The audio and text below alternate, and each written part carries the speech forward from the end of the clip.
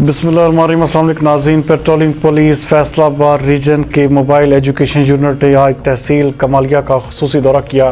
ہمارے نمائندہ خصوصی حسن ناز کے مطابق ڈی ایس پی ٹوبہ ٹیک سنگھ نوید مرتضیٰ چیمہ کے ہمراہ دھند میں حادثات سے بچاؤ کے لیے انچارج موبائل ایجوکیشن یونٹ محمد رضوان بھٹی سب انسپکٹر نے شہریوں میں روڈ سیفٹی اور ٹریفک رولز کے متعلق آگاہی پمفلٹ تقسیم کیے۔